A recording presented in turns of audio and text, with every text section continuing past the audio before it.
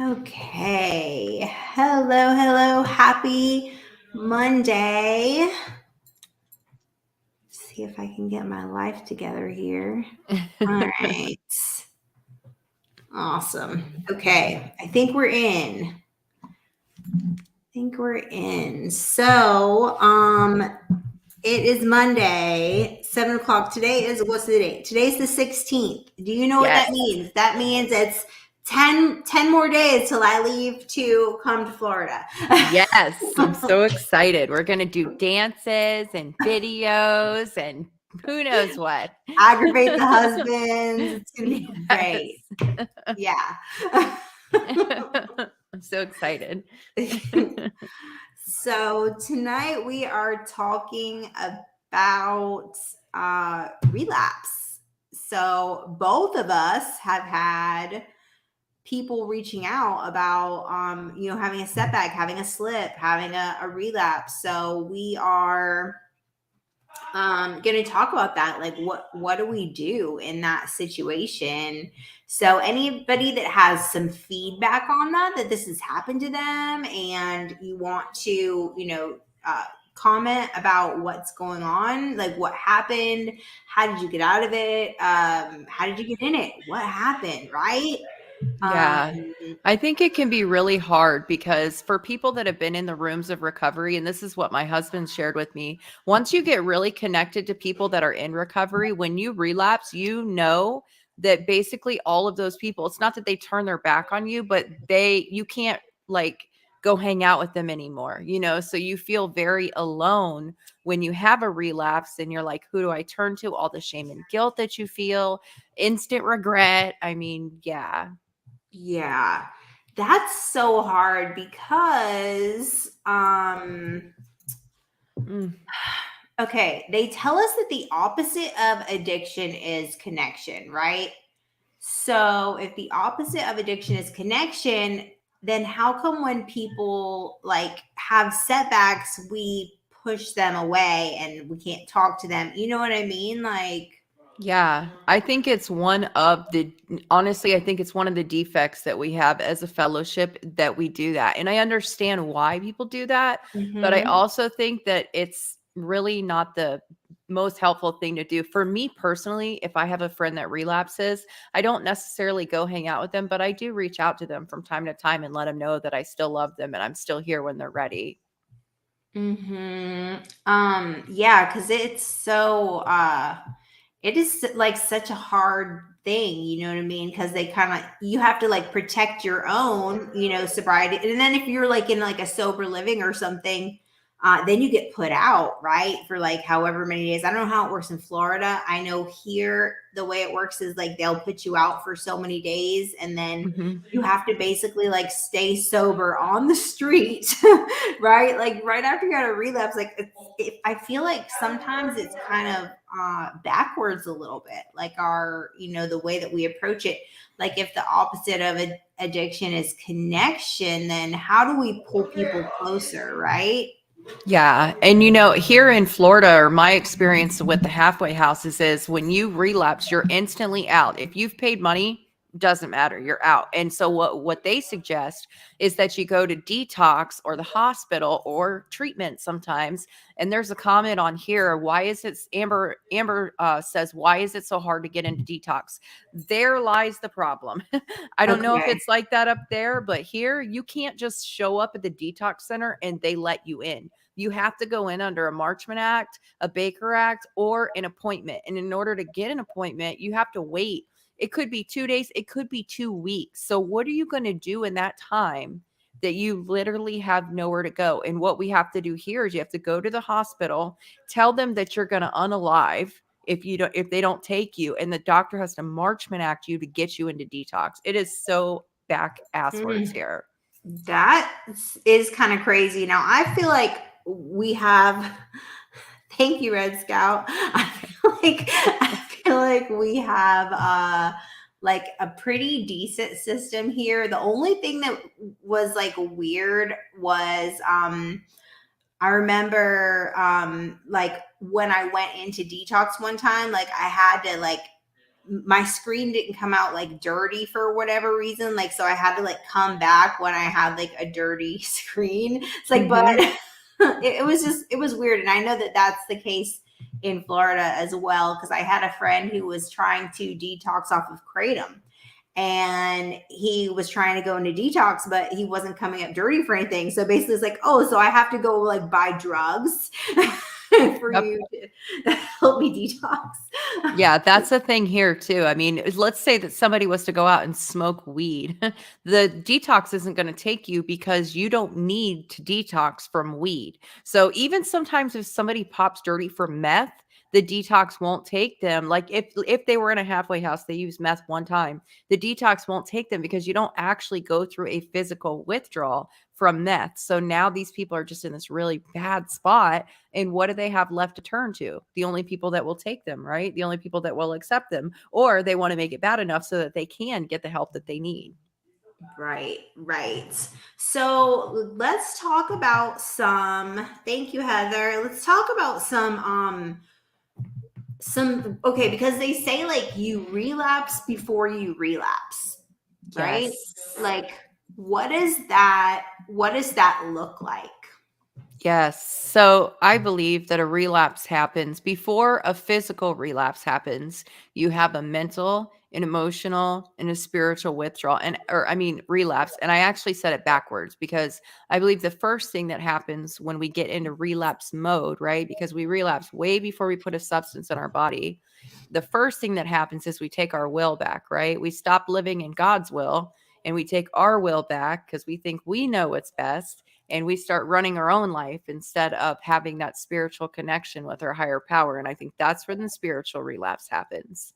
And then the mental relapse happens when you start thinking that you can go and, or you start romanticizing what it was like, or the fun times when you were in your addiction, and then maybe you talk to some friends that are still in their addiction and you kind of wish that you were hanging out with them, or you stop doing the things that you were doing that was keeping you sober, like going to meetings or going to therapy or whatever that is for you. You stop doing the things that were working in the beginning, and I think that's when we become very vulnerable to a relapse. Absolutely. I feel like when it comes in like to getting out of balance. Like when I do recovery coaching with people, like I always start with, okay, let's see where you're out of balance here. Because I feel like you get, well, of course we have the acronym that the HALT, right? The hungry, angry, lonely, tired. So we have that. Um, but then it's like, are you, because I know like a lot of people when they come into recovery, they focus on working, right? Oh, gotta work, gotta make money, and they work, and then they're out of balance with friend time, spiritual time, meeting time, therapy time, exercise time, self care time, right? Because all they're doing is working. So that's like a huge thing too. Like staying in balance, being able to be like self aware of what's going on inside of my head, what's going on in my life, where am I struggling, and being able to get real honest, and then being able to be honest about what you find and tell someone else, right? Because those our secrets keep us sick. And Yeah. here's another good point, Red Scout. Lucky husbands, relationships, number one reason people relapse. True. Getting into relationships, right? Like Yes. too early in too early in their recovery journey. So, mhm. Yeah. I think, like you were just saying, like we get so busy, or we can get so busy in the beginning because we're worried about all the things that we have to do. Like we got to get a place, we got to get our license, we got to get a car, we got to, get our kids back, or whatever that is. Like we're focused on those things and we get so busy that we lose the self-awareness piece, because like you said, the balance, right? There has to be a balance. And if we want to keep the things that we want for a long term, for a long time permanently, then we have to take it really slow. Because thank God I Mhm. didn't get everything back all at once, because I would have never been able to handle it all at once. I had to grow and learn how to handle my responsibilities before I could really handle my responsibilities. And even in the beginning, when I first got my responsibilities back, like when I first got my kids back, I was literally going crazy. Like, I have no idea what I'm doing. I'm definitely fucking this up. Like, felt so unmanageable, you know? And that is like seriously like the saddest thing that I see in moms in recovery, and I'm sure it's the same for dads. You know, when you get your kids back, sometimes you get your kids back more quickly because you have to, right? Or you're just, blessed to do that. But then all of a sudden you're trying to manage early sobriety, figure out your foundation, and then you've got kids. Like that is, I mean, that's a lot, Hmm. that is a lot. And it's the saddest thing to me when a mom gets her kids back real quick and then goes back out. Yep. I've seen it happen time and time and time again. And that relationship piece of it too. But, that's what happened with us. We were on a DCF case plan, and the federal law requires that you have to have a permanency outcome in 12 months. So it didn't matter where I was at in my recovery journey. It was a federal law that we either had to be reunified or the kids had to be adopted. So for the first 6 months of my case plan, I didn't do it. I was like, this too much. Fuck y'all. And then when I did Mhm. start working on it and I got out of treatment, I had very little bit of time left to be able to complete the case plan. And they gave me two extensions, two 60-day extensions. But still, that put me at 9 months when I had to get a place to bring my kids home. Was I ready? Probably not. Should I have waited longer? Probably. Thankfully I had like a really good support network, but that's why it was like that in the beginning. Right. That is, I can't, I've seen it happen so many times, and I know like, I would feel, kind of be like envious, of like the moms who got their kids back and all this, you know what I mean? And, but then like, what I was seeing was like that the system was not giving them the right kind of support that they needed to handle having their kids back, you know what I mean? And it was just, that's a really, Yes. it's a hard thing. And like you said, for you, it was like you had to either you have to, or they're going to go into adoption. You know what I mean? So you like had to like, you guys had to do it. So Yeah. And that's what the system does. Listen, they fail us in that way because they want you to do all of these things to show a changed behavior. But as mhm. soon as you do that and you're reunified, they're like out. And now Yeah. you're left to try to pick up all the pieces and put it back together in a way that's going to work permanently for you and your family. So you have to take all the changes that you just made and then adapt them to what you're really going to do in your life, and hopefully you have some support because if not, I mean, everybody else is gone. It's tough. Yeah. I know. And I feel so bad for the moms with the little babies too, because it's like, man, just step work and diapers. What? That's crazy. For sure. Yeah. And, not sleeping, you know what I mean? Like, oh, geez. I just remember when my son was little, and that was really hard. It was really hard to be like a full-time mom. So, my daughter, I didn't get to have that experience with her, because of the situation that happened, and defects giving her to my mom. But I did have my son for the first 18 months when I was still in like, you know, I was in the back and forth, like, am I going to be sober? Am I not going to be sober? Well, for the first 18 months of his life, I was. And I was it's like, it was, his dad worked like at 3 a.m. to like 2 in the afternoon. And then I would go to work at like 5 to like 10 or whatever. And it was just like, oh my goodness. And, having a baby. So I just can't even imagine having a baby and being in early recovery. Is just so much work, and definitely needing that support for sure. Yeah, that's so true. I mean, even like without recovery, having a little baby is a lot of work. Like, I Yeah. remember those days too. And I literally about lost my mind that I didn't Yeah. have any support back then. And now when I look back on it, I'm like, no wonder I turned to drugs. Right. Exactly. I know. Yeah. When it came to, me and Adam getting married, having a talk like, okay, do you want to what about like kids? You want to have kids? We're like, yeah, no. I'm like, I'm just going to get a tummy tuck. Thanks. Yes, no kids. We done. Red Scout, we're glad that you're here with us, no matter what. Yeah. Yes. Yeah. Steven, hello. Hey, Steven. Mike. Hey, Mike. I've got Mike on Saturday. I'm doing a Zoom with Mike. He's going to tell his story. I'm excited. Cool. Awesome. Thank you, Mike, for sharing your story, for being courageous and bold. Oh, did you get an email yet from Phil? I did. Yeah, I'm going to do it on February the 18th at 9:00 at night. I know. I was like, you got to get Sonya on. Here, let me read her email. Yeah. Yes. Let's see. Ashley, haven't been able to find anywhere yet.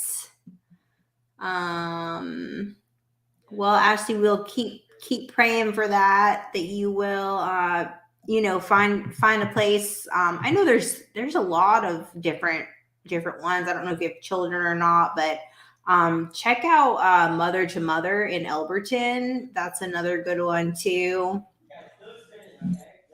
Yeah, and that's a good point. Like, just that made me think of, anyways, like sometimes in different states, there's different procedures to go through to find a place to go. Like here, how we were just talking about it is similar in a lot of ways, but there are little kind of caveats and differences in it as well. So do you guys go, like, does somebody go to the hospital up there and say, like, if you let me go, I'm going to unalive because I can't stop using drugs? No, I mean, we have we have like a crisis unit here. So you would go to the crisis unit. I guess you could go to the hospital and do that. That would be like one way. But we actually have several detoxes. Most of them are like state funded, and only like a handful of them are like the private ones, So we actually do have like a lot of like the state funded kind of deals out here. So you would go stay there, and then they transition you into like a 28-day program, and then from there you can transition into like a sober living. So it is pretty good, but we've had to do a lot of work on the legislative side, and you know what I mean, having to like go out and write letters to the senators. But we have the Georgia Council on Substance Abuse here, which is just incredible. Like they're just amazing. Like they are up, like we actually have, so one of the I don't know what his title is there for Georgia Council on Substance Abuse, but he's an ex-politician. So he's an ex-politician who his name's Jeff Breedlove. He's like one of my heroes. Ex-politician who got busted smoking crack, okay? And now goes and like rallies for recovery. So because he has like the in kind of, and knows how the politics work and the law, how the law writing and all that stuff works, like we're like in there, like we have like a seat at the table or like all nice. Yeah. So I feel like that's kind of where like every state needs to be at, wherever you are, like your local recovery organizations have like a seat at the tables, like where the laws are being written, because we're the ones who knows what works and what doesn't. So for sure, we need that here. Hopefully, I think we're making some progress, but we're definitely a little bit behind. We need that here. Yep. So LaCosta says, I remember I was in active addiction when my dad passed in 2012, got clean in 2013 after 3 strokes. Then I stayed clean from 2013 to 2016, and my mother passed away. Wow, December 23rd, 2016, and Memorial Day. My sister was at my house, ended up snorting a lot of meth, and thank God I only did 1 line. Haven't done anything else. Felt terrible, like the worst relapse feeling in the world. And okay, let's talk about this a little bit, because it's like I feel like So Lacosta had like a small slip, right? So she did like one line and then she like, you know, it's kind of hard like the way like with meetings and stuff, you know, like people, I feel like there's so much like ego tied into clean time, you know what I mean? And like what that looks like, that it's really hard for people to want to admit or reach out or say like, oh, well, I just have to go and pick up a white chip, like I'm just a failure. You know what I mean? Like that's can be really hard too. So how can you like overcome some of this like shame and guilt and like the ego part when you do have a slip? Yeah, that's such a good point, and it's so true. I mean, honestly, I mean, let's call out all the defects tonight, but it is, that is an issue, and people hang on to that clean time almost as it's not supposed to be a hierarchy. It's not supposed to be that anybody's better than anybody else. Everybody should be equal when they come into the rooms, but sometimes people that have like many, many years clean kind of like or act like they're above everybody else. So if they or really anybody was to relapse that had any significant time, it's really hard for them to get honest and get humble. That's what it's about. It's about getting humble and pick Mhm. up a white key tag. And so it's a double-sided sword, or it's a two-sided, whatever that word is. Anyways, so if you don't pick up the key tag, now you have let the disease win in a way where you can go relapse again because you haven't got your white key tag yet. Nobody will know. But if you do get the white key tag, well, shit, you're already at 0 days. Why not just pick up again? So it's a really Right. slippery slope that you're on. That's a really good point. That's a really good point because that is that, I mean, it would be totally justified, right? Like, oh well, I already did this, have to go pick up a white key tag anyway, why not do it, you know?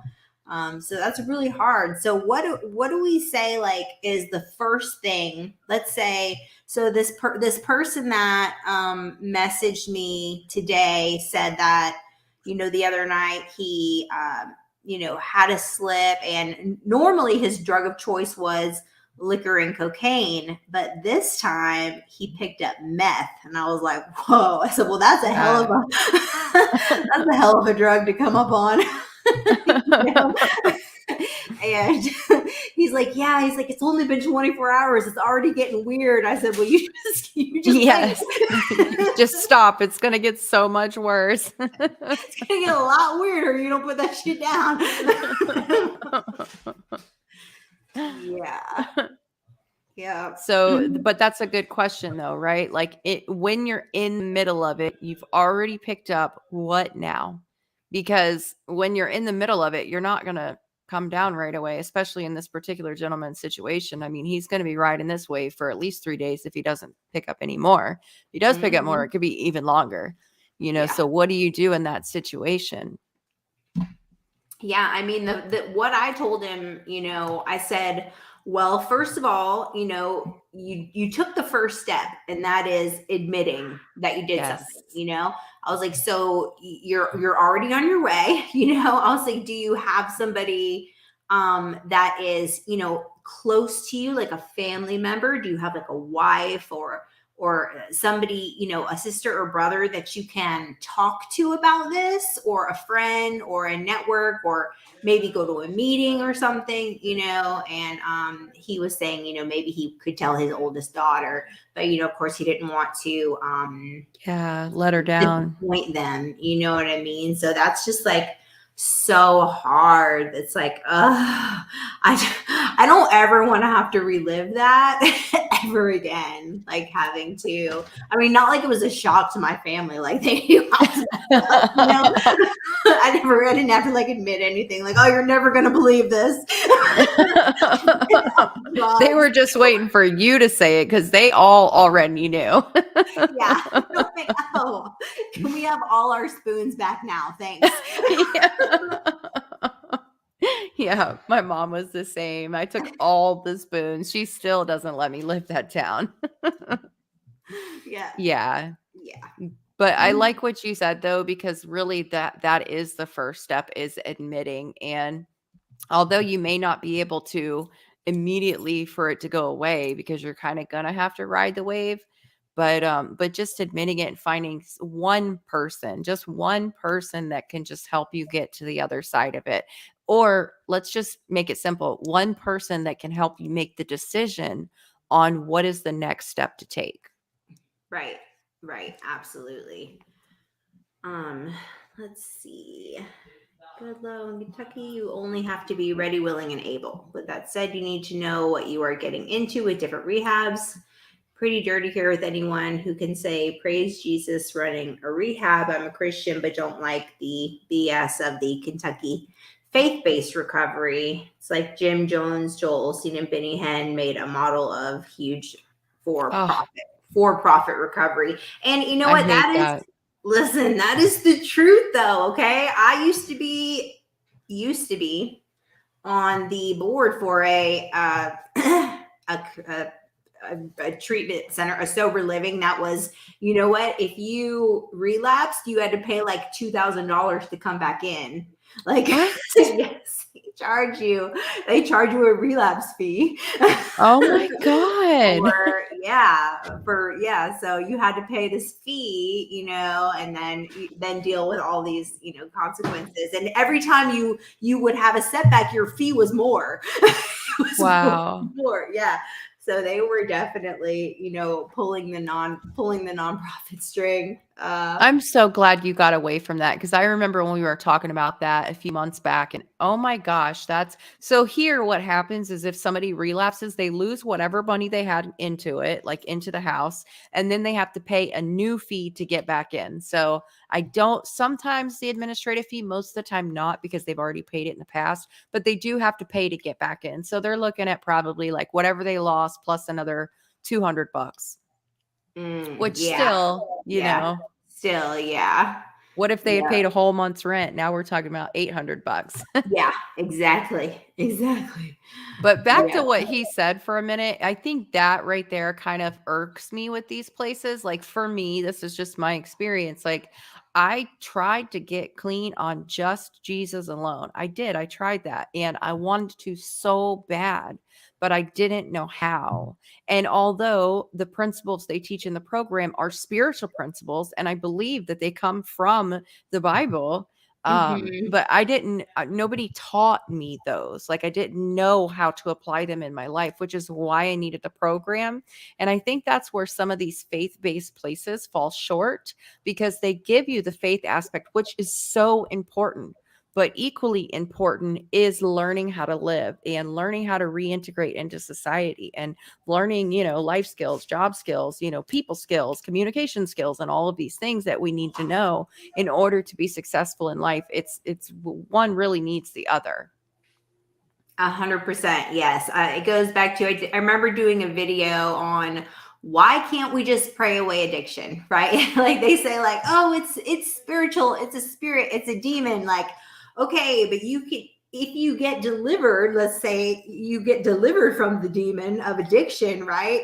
And then you're just, your house is empty, but you don't know how to live, right? Like you don't have no coping skills.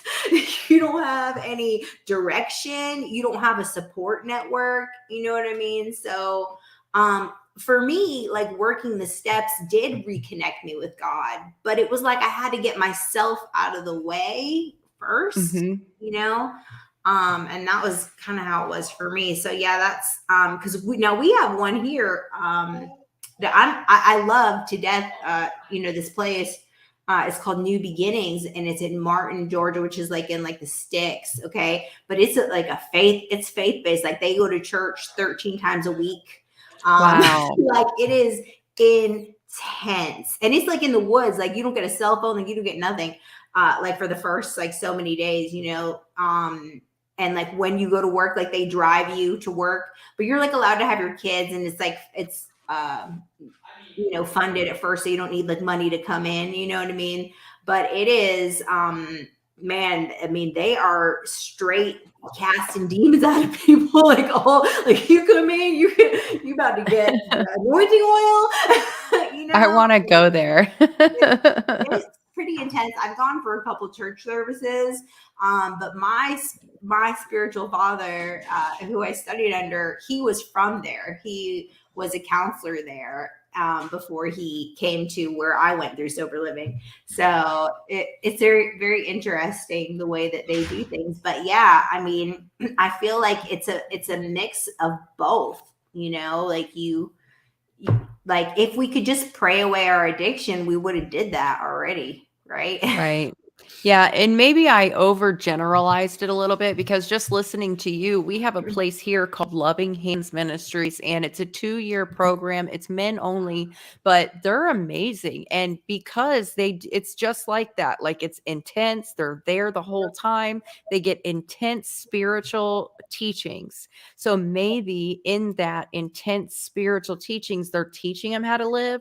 They're teaching Right, them how to do chores, how to go to work, like how to do all those things that the program taught me. So some of them, let's say it maybe it's right. unfair for me to overgeneralize that statement, but a lot of them that I Yeah, know of are just the faith without the recovery. And really you have to have more than just the faith in it. right.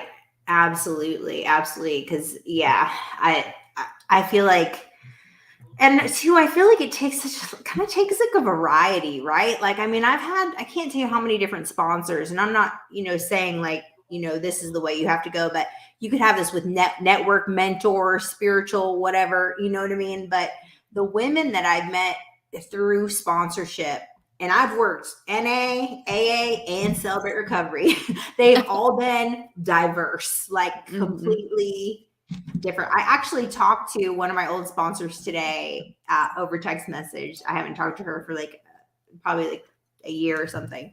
And it's like each one of them had their own different ways. Like there was like a variety, you know what I mean? Some of us had faith that lined up, some of us didn't. Some of us were, you know what I mean? And I learned something from each one of them, like that was, valuable to me. So I think that, has a lot to do with it too, is Yeah. the networking. I think that's an important piece of it too. I mean, it's good. I think it's good to change sponsors sometimes so you can get different perspectives, especially if you've walked through the 12-step program. But more importantly than that is to have the connections. Like you were saying a few minutes ago, having the connections and community support is really important part of recovery. Yes, for sure. So, what could be some like some warning signs that a person is about to have a setback? So I think that if you're a person who is in recovery currently, you have a list of things that you probably do every day, your new norm, right? Like, for example, for me, every morning when I get up, the very first thing that I do is I send a gratitude list to my sponsorship family.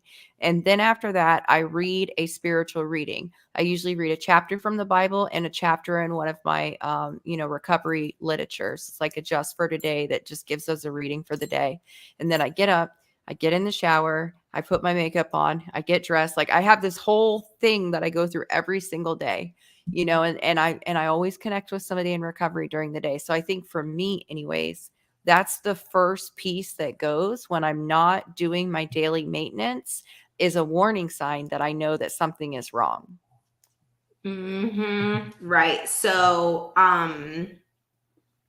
yeah, I think too, like routine. So we learn routine in early recovery, right? We learn to build like a morning foundation, right? Like the first thing that I would do in my when I lived at the sober living, which I took, took home with me forever, was you make up your bed, right? So you get up and you make up your bed. And that was like your first like accomplishment, right? Like, oh my goodness, I accomplish something in the first, however many minutes. I guess it's the same when you're in jail too, right? Yes. Like, gotta get up and make your bed, Yeah. So, keeping that routine and seeing like what did I miss? Like I can, like, for me for sure, if I don't do my devotional in the morning and my quiet time with God, you better believe it's gonna affect me. Just like if I don't eat my egg whites and toast, I'm gonna be hungry, right? Yes. So definitely that, seeing like those kind of like signs. If you're a person who likes to work out, like, are you doing your workouts? Have you quit doing your workouts? Have you quit calling people? Are you not connected? That's something my therapist has really like got on to me about, is like staying connected to women, to sisters and recovery sisters, and my faith, to walk through life with. Like, have I not called anyone on the phone for 3 days because I've been like so busy and aggravated and frustrated, right? Am I oversleeping and not going to the gym? You know what I mean? Like, different things. Depression is a thing too that can kind of like knock us out. Mental Right. health, right? Mhm. Yeah, and those are great points. I was thinking the connection piece of it too, because what I've noticed is in my recovery, I go through seasons, like things change, right? I don't get to go to as many meetings as I used to, but I still every single day talk to multiple people in recovery. Like that is a thing for me. And I talked to my sponsor about it. And she's like, yeah, but you talk to like 20 people a day in recovery, if not more. So I'm Mhm. always still very involved in recovery. And it's not always people that are local anymore. Like I've branched out now. I have more of a support network and people at my work are in recovery. So seasons change, but the connection is always there. Yes, I think that is like seriously the key, is like having that connection, because even through the services that we provide, right, by doing like online talks and online, you know what I mean, like, and being available to minister, to give advice, whatever, to give suggestions, like that is also like, that's a way for us to stay connected, for sure. So it definitely looks different when you're in recovery, like.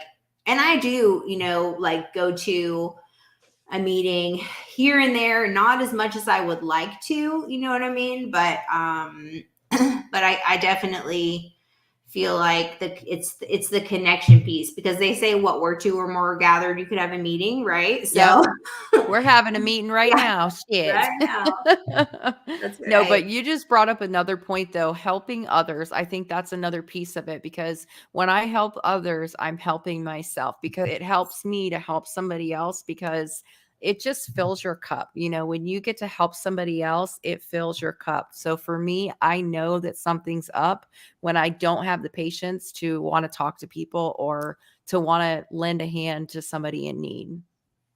Yes. Is my mindset all about me? Right? Because that's what Mm, it was when we were in addiction, right? It was all about me. What can I get? What can I get out of it? What am I getting out of this? Right? Not how am I serving? What is your will, God? How can I help this person?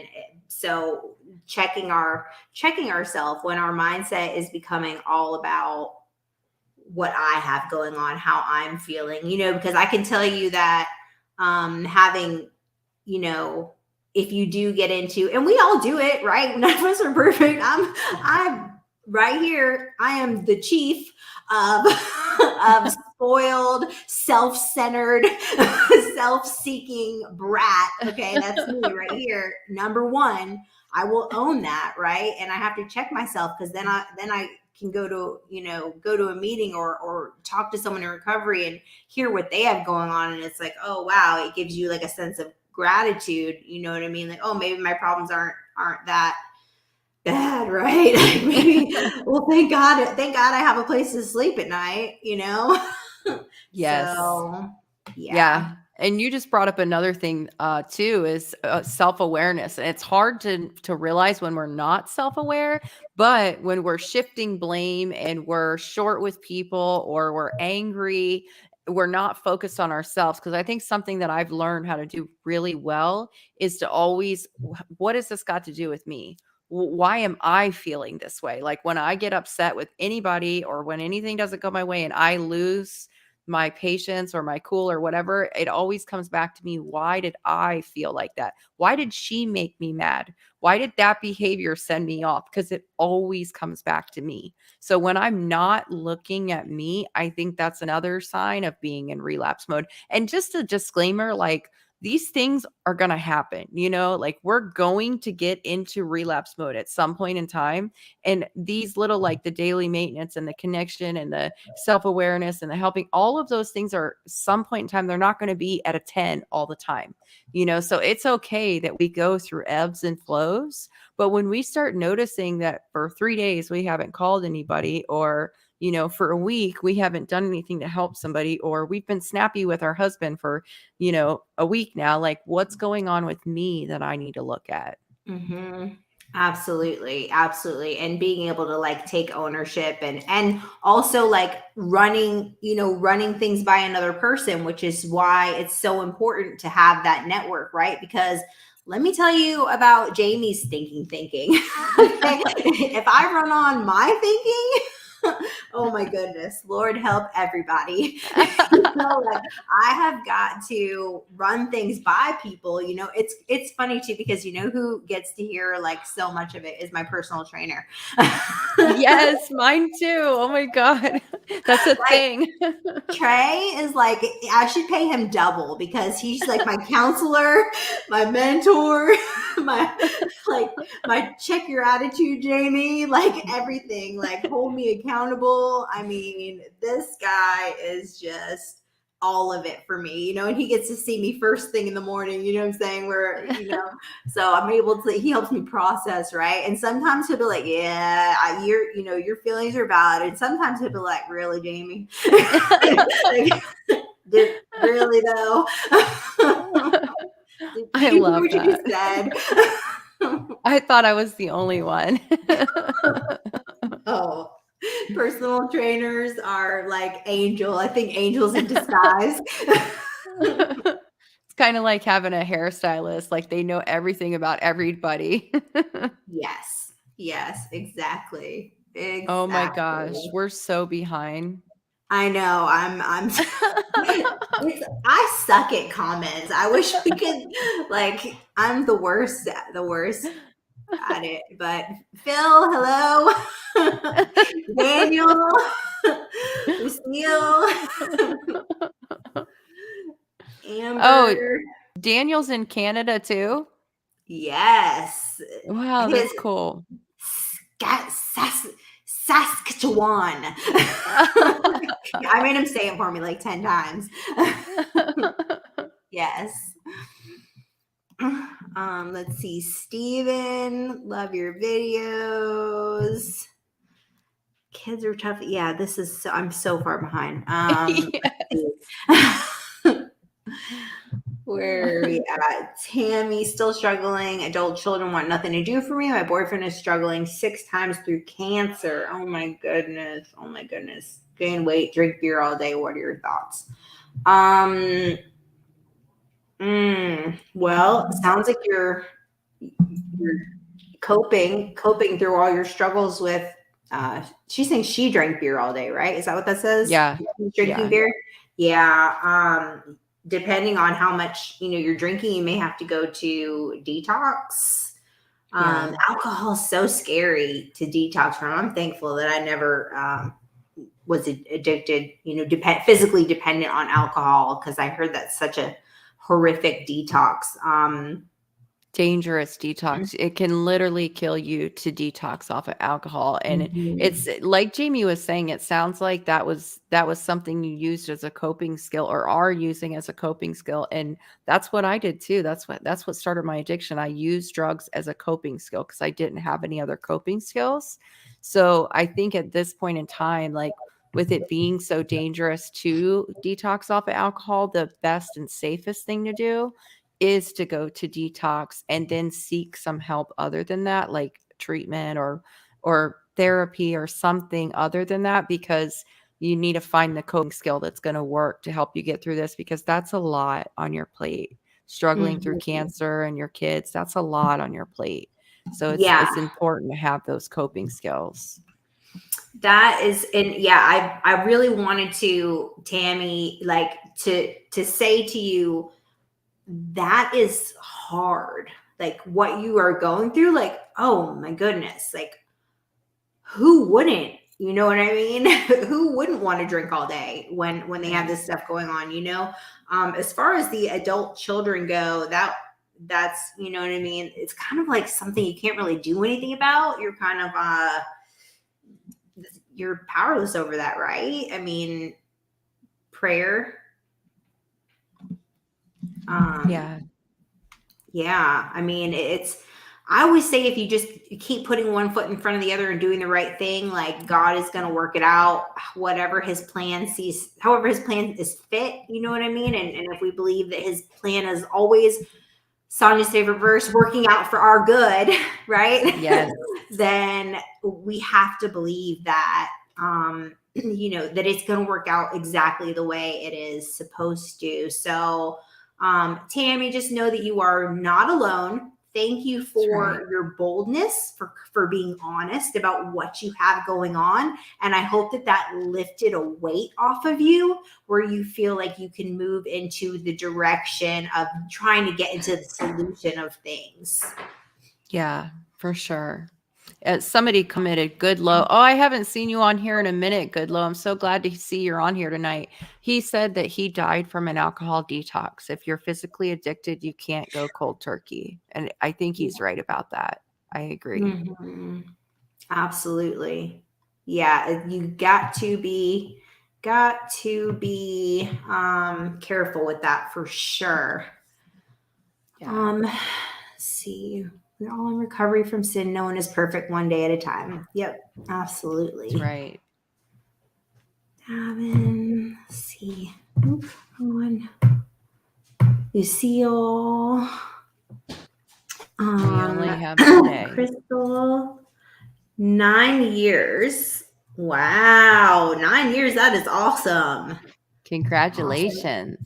Congratulations. Daniel, you're amazing. Thank you. It's my first $2 on YouTube. Yay. I didn't know you could do Yes, that. I That's didn't know you could awesome. either. Okay, cool. I've been working on this YouTube thing lately, so It's coming. It's coming. Let's see. We somebody are said, live recovery. Kevin says, or Kev, shall I say, says, does groups really help? I'm on an electronic tag and can't attend. Especially on an electronic tag. I was on house arrest. It's actually was called community control because I didn't have to wear the tag, but it was exactly the same. I had to report where I Mhm. was every hour of every day. And if I wasn't where I said I was going to prison. And they would come and check on me, like, surprise, we're here to check to make sure you're really where you're supposed to be. But that was the only way I could get out of the house, honestly. So I was able to use my rehab to suggest for me to go to 90 meetings in 90 days. But by law, you can go to 2 recovery group meetings a week. And you can go to the grocery store once a week. And you can Mhm. go to church once a week. And you can go like once a month and get your hair done or something like that, just so you know, in case you didn't know, because they didn't tell me that. But that was the only way I was able to get out of the house. So yes, they do help, and I would highly suggest doing something to be able to get out of the house, because being in the house literally can drive you crazy. I'm sure you already know that. Yes, absolutely. Yeah. I am such a busy body. I could never stay in. Oh my goodness. I don't know what I would do. I feel like I would be like cleaning like my baseboards like every day. Like, I couldn't imagine having to be at home. So Kev, my prayers to you. Oh my God. Remember how I was saying a few minutes ago when I first got my kids back, I was literally going crazy. I was also on house arrest. So I couldn't go anywhere. So I not only had I been in a halfway house with a bunch of girls all the time, but now I'm alone and I have the kids. It Yeah, was madness. Only up here was there right. madness, but it was. Yeah, you're like, I'm in my own prison with children. Yes. Oh my goodness. How old were they? Let's see, 9 and 10 when they came home. Oh, wow. Okay. So they were still little. Yeah. Aiden had just turned 9 and Nicholas was about to turn 11. Jason, I've been following this channel for a little while. I will say this has helped me to make up my mind to clean up again, and I've been back out for a few years. Gosh, Well, I'm so happy to Jason, hear that. we're so proud of you, and that picture of that little baby is so cute. I'm sure that you are an amazing dad. So just remember that just because we have, some stuff go on doesn't mean that we're bad parents, right? Don't let the guilt and shame keep you out there. You are still a good dad. So Yeah, that's right. Oh, I love this comment. I'm so glad that you're here. let's see. This is actually the first time I really sit and listen. I ain't clean, I ain't perfect, but I'm in recovery every single day. Yes, yes, yes. Well, we are here for you. So definitely, Yeah, you are not alone for that's sure. right. So glad you're on here with us tonight. Mm-hmm. Nobody's perfect, but you're here, and that's what matters. Mm-hmm. Haven't did meth more than a couple of times. So have I. Yep. It's not getting any better out there. No. Oh my goodness. Addicted to fills a void in my heart. Yeah. I can definitely relate to that about feeling like a void because I always felt like there was an empty void, right? And for me, that was my connection to God. That you know what I mean? Like when I did my steps, I'm telling you, everything I had ever been looking for, I found. It was like my yearning to feel significant, to feel unconditionally loved, to feel whole, to feel safe, to feel complete. Like all of these things I had been searching for my whole life, like I found in my relationship with Jesus. So Yeah. I that think that the things that we go through when we're younger, right? Like I was sexually abused, I was physically abused, I lost somebody, I lost a child, like all of those things like took a piece out of my heart, and mm, they created this void inside of me. So when I found drugs in the beginning, it filled that void. It made me feel better. It made me not feel until eventually it made the void bigger and infected and worse, and no amount of drugs would make it better. It would just make me back to normal, but never fill the void anymore. And that's what happened to me too. It was the steps, it was the connections that got me. It was my connection to God that filled that void. and what's this? Been clean now almost 3 weeks. I didn't think I'd stop again, honestly. That is Yeah. awesome. We need to do also, we should do a video on losing a child because I lost a child when I was I've been pregnant 5 times and I have two living children. So when I was, I think, 18, 19, I had an ectopic pregnancy and I never even talked about it. Like, never said anything like about it. Like, went into the hospital, like, almost died. The fallopian tube almost exploded. And, like, I never even talked about it. You know what I mean? Like, that stuff really, it takes something from you, right? You have to really grieve it, right? I had a miscarriage in 2006. I was 4 months pregnant, and then also 6 weeks before I got pregnant with my daughter, I had an abortion. And so even that, like the loss of, you know what I mean? Like it's still a loss, right? Yeah, I think we should do a video about that. I've been pregnant 4 times and had 2 babies, and one was an Mhm. abortion that when I was really young, I didn't wanna do it, but my parents made me do it, and the other one was a miscarriage, which I've always still to this day blame myself for that because I just couldn't stop doing drugs. Yeah, we should definitely do a talk on that because I feel Yeah. like that's something, that maybe we don't talk about enough, you know what I mean? And like how it like affects you, and it could be something that could keep you out there, like something, and you don't even know it, right? Like it could keep Yeah. you into using and you don't even realize, you know, what it is, like that you're actually like affected by that. Like I remember being, you know, like 20 years old and talking to my best friend and actually talking about, you know, having the ectopic pregnancy. This is like over a year later. She's like, yeah, you never said anything about it. And I'm like, yeah, I didn't. I just didn't say anything about it, you know, like that's, you know, like, oh, no wonder I was, you know, drinking and using, and you just don't realize how things affect you for sure. And the loss of a child, whether it be through abortion, whether it be through miscarriage or whatever, is still a loss, you know? Yeah. For sure. Yeah, let's definitely do that. I definitely don't think anybody, I really don't think anybody is ever like excited, like, yeah, I had an abortion. You know what I mean? Like nobody is Right. ever like, that's never like a yay. Like nobody's ever happy about that. You know what I mean? Like one way or another. So For sure. It's definitely a trauma. No matter which way it goes, it's a trauma. hmm Even if we don't process it, we're still living in the patterns of it without even realizing that we are. exactly. Exactly. Um, I'm sorry, you guys. I suck at comments. We have like 50 comments that we haven't addressed. Yeah, I'm so trying. Crystal, congratulations on your sobriety. Harm reduction works.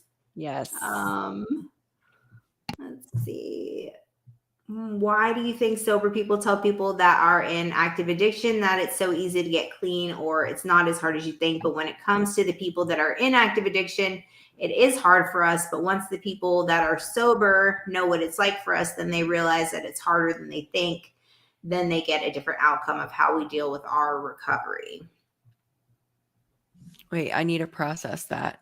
Yeah, me too. I was hoping that you got it so you could tell me what it said. Okay.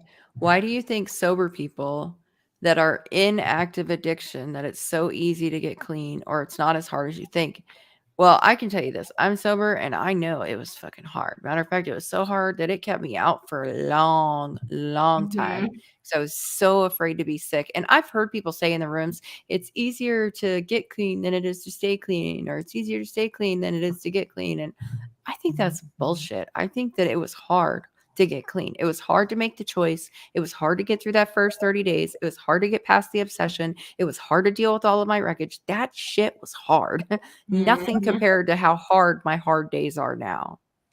Right. Yes, definitely. It's I feel like it's terrifying. You know what I mean? It's hard and it's terrifying. Um, Yeah. say Robbie, what's up? Thank you for being here. Thank you for watching. Um, let's see. Hmm. Pick your head up if you slip, dust your feet off. It comes with want. You have to want it. Yeah, it's you definitely have to want it, and you also like sometimes like you have to, what do they say, like fake it till you make it, right? Because sometimes we don't want to. Hmm. We really don't want to. Yeah, for sure. Yeah, I think you for me, like when I first got clean, I didn't really like want to be clean. I just didn't want to go to jail. I didn't want to go to prison. I didn't want to lose my kids. So they told me in the beginning, you have to do it for you. If you don't do it for you, it won't work. Well, you know Right. what? Bullshit. Because I didn't do it for me in the beginning until eventually I did. Right. Until I picked up all the coping skills and the tools and my life got better and I got everything that I wanted out of it. And then I didn't want to give it away. Yes, I came into recovery because I wanted to get back at my mom. I'm gonna get back at her. I'm gonna take my kids, and she's not gonna see any of us. We're never gonna talk to her ever again. That was my reasoning for coming into recovery. Yeah, it took about 30 days for something to click in my brain, and I was like, "Oh, this really is my fault. I really did do this, didn't I?" We know nothing about pure motives in the beginning. No, nothing, nothing. Oh my goodness. Well, this has been such a good talk. Anybody Yeah. who I didn't get to, I'm sorry. We are out of time. Yes, come back this week Um, and we'll talk more. yes. Yes, we will talk more. I know. Look, you guys just wait till we get together. You're going to see so much of our faces. Yes, I'm so excited. For sure. Look, he says say Saskatchewan 10 times fast. I know, that's what I told Daniel. I was like, say that again. That's where he's from. It's such a cool name of a place. Yeah. But yes. So thank you guys. So we will be back here. When are we coming? We're coming back on Monday. Next Monday. Yes. So Yeah. awesome. So we will be here next Monday on Sonya's channel. We're trying to figure out any of our technical friends out here who do shows. We're trying to figure out how to get us on the same time on both YouTube channels. So if anybody Yes. has the answer to this, how can we have it so it's airing on both our YouTube channels? Let us know.